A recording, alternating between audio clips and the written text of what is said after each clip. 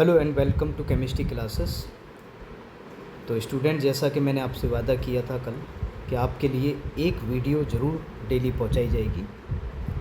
देखिए, मेरी भी कुछ प्रायोरिटी है और मैं भी इस समय जॉब में हूं, तो थोड़ा कम टाइम मिलता है, लेकिन फिर भी मैं कोशिश ज़रूर करूंगा आपके साथ डेली अपडेट होने की।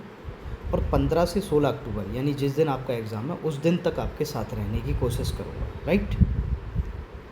तो देखिए, सबसे पहले दो जो स्टूडेंट्स के या जो कैंडिडेट्स के मन में सवाल आता है कि सिलेबस को लेके, तो भाई सिलेबस को हम देखने की कोशिश करेंगे। आज जो हमें आयोग ने सिलेबस प्रोवाइड किया है वो हमें क्या कहता है, राइट। तो देखिए, सिलेबस में सबसे पहले फिजिकल केमिस्ट्री दे रखी है और फिजिकल केमिस्ट्री में आपको पहले गैसेस स्टेट टॉपिक दे रखा है। अब कैंडिडेट्स का क्वेश्चन होता है कि हमें सर कितना पढ़ना है, कि 11th-12th वाला करना है या फिर उससे आगे करना है। तो ये सब चीज़ें तुम्हें सिलेबस बता देगा, राइट।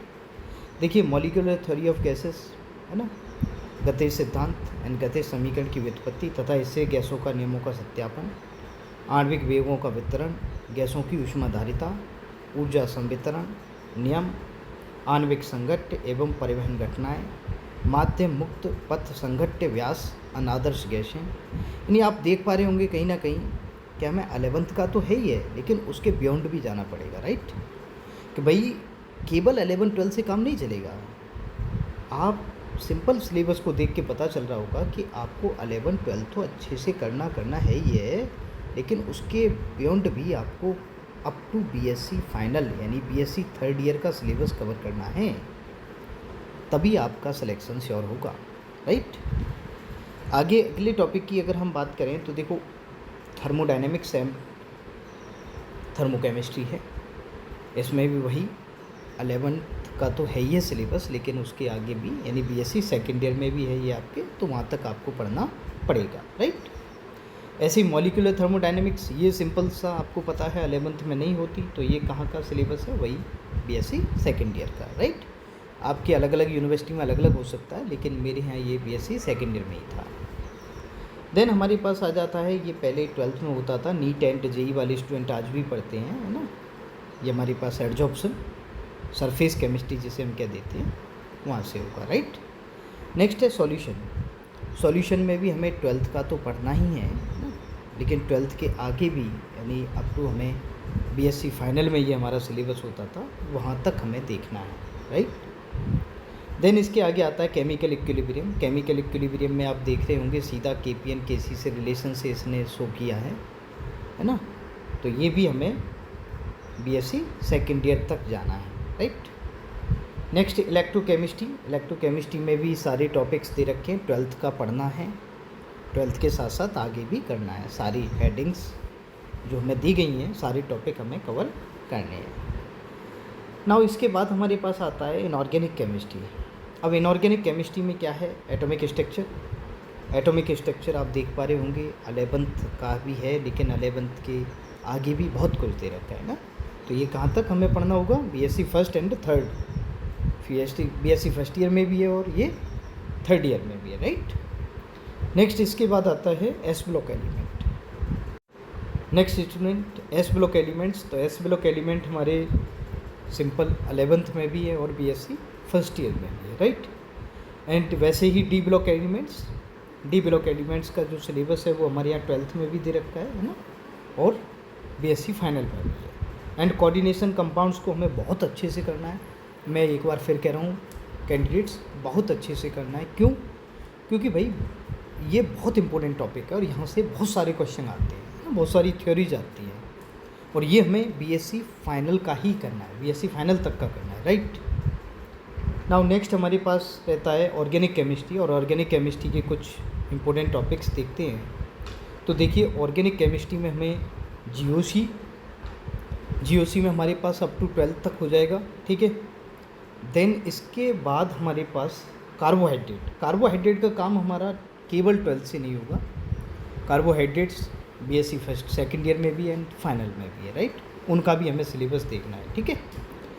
एंड देन एक टॉपिक है heterocyclic compound. Heterocyclic compound 11-12th में बिल्कुल भी नहीं होता, ओके। तो कैंडिडेट्स हेटेरोसाइक्लिक कंपाउंड हमारे जैसा कि 11th में बहुत कम दे रखे हैं, 2-3 कंपाउंड्स केवल, उनके बारे में ज़्यादा नहीं दिया है, लेकिन आप अपने सिलेबस में देख पा रहे होंगे बहुत सारे हेटेरोसाइक्लिक कंपाउंड्स दे रखे हैं, देन उनके प्रिपरेशन मेथड एंड उनकी स्ट्रक्चर एंड उनकी प्रॉपर्टीज़ भी दे रखी हैं, राइट। और ये सीधा सीधा हमें बता रहा है कि हमें बीएससी सेकेंड ईयर का सिलेबस पढ़ना है यहाँ, राइट। नेक्स्ट आते हैं हम फिर पॉलीमर्स पे।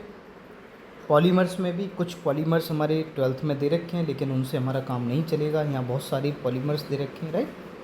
पॉलीमर्स के साथ साथ जो हमारे 12th का लास्ट चैप्टर रहता है ऑर्गेनिक केमिस्ट्री का, some important compounds in our daily life, वो भी इसमें दे रखे हैं। तो वो भी हमें केवल एनसीईआरटी से काम चल जाएगा हमारा, राइट, 12th वाली से। ओके, तो आप देख पा रहे होंगे थोड़ा कि जो सिलेबस दे रखा है उसी को हमें अच्छे से कवर करना है। ये नहीं है कि हम कुछ भी पढ़ने बैठ गए और देन हम सोचें कि हमारा एग्ज़ाम क्वालिफाई हो जाएगा, तो ऐसा कभी नहीं होता। हमें सारी चीज़ें नहीं पढ़नी होती। जैसे अब यहाँ हमारे सिलेबस में सॉलिड स्टेट नहीं दे रखी, तो अब मैं सॉलिड स्टेट पढ़ने थोड़ी लग जाऊँगा या सॉलिड के क्वेश्चन थोड़ी करने लग जाऊँगा, राइट। तो सबसे पहले मुझे अच्छे से सिलेबस को समझना होता है। सिलेबस के बाद मुझे देखना होता है कि मुझे कौन सा स्टडी मटेरियल चूज करना है, उसके बाद हमें तैयारी करनी होती है, राइट।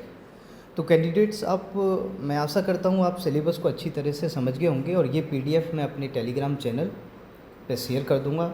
मेरा टेलीग्राम चैनल आप सर्च कर सकते हैं 9917301994, राइट। इस पर मैं आपको यहाँ शेयर कर दूँगा इस पीडीएफ को, तो आप वहाँ से देख लेंगे। और ऐसे ही मैं आपको डेली कम से कम एक पेपर, है ना, एक पेपर के 25 क्वेश्चन, अभी छोटी छोटी वीडियोस लूँगा मैं, 25 क्वेश्चन ज़रूर डेली आपको सॉल्व कराऊंगा और शो करूंगा कि देखो आप किस तरह से आप उन्हें आसानी से हल कर सकते हैं और कैसे आप अदर कैंडिडेट्स की अपेक्षा कम मेहनत करके एडवांटेज प्राप्त कर सकते हैं। क्योंकि हमें केवल वह पढ़ना है जो एग्ज़ामिनर हमसे अपेक्षा कर रहा है, जो मांग रहा है ना, ये नहीं सब कुछ पढ़ना है, राइट। और जहाँ तक मेरा आइडिया है, जैसे मैंने जहाँ तक इसको अनुभव किया है, तो आपको ये जो क्वेश्चन करने होते हैं कहाँ तक करने होते हैं, नीट एंड जेई तक के आप अगर क्वेश्चन, जेई मेंस वो भी अगर आप क्वेश्चन सॉल्व कर पा रहे हैं तो इसका मतलब आप सही डायरेक्शन में हैं, राइट। तो आई होप आप ये सारा समझ गए होंगे। आशा करता हूँ आपसे मैं फिर कल मिलूँगा और जल्दी ही आपको मैं तैयारी कर रहा हूँ बोर्ड पर आने की। स्मार्ट बोर्ड मैंने कोशिश करूँगा उस पर वीडियो अपलोड करना चाहूँ, है ना, अच्छे से बनाने की कोशिश करूँगा, राइट। तो thank you student, thank you.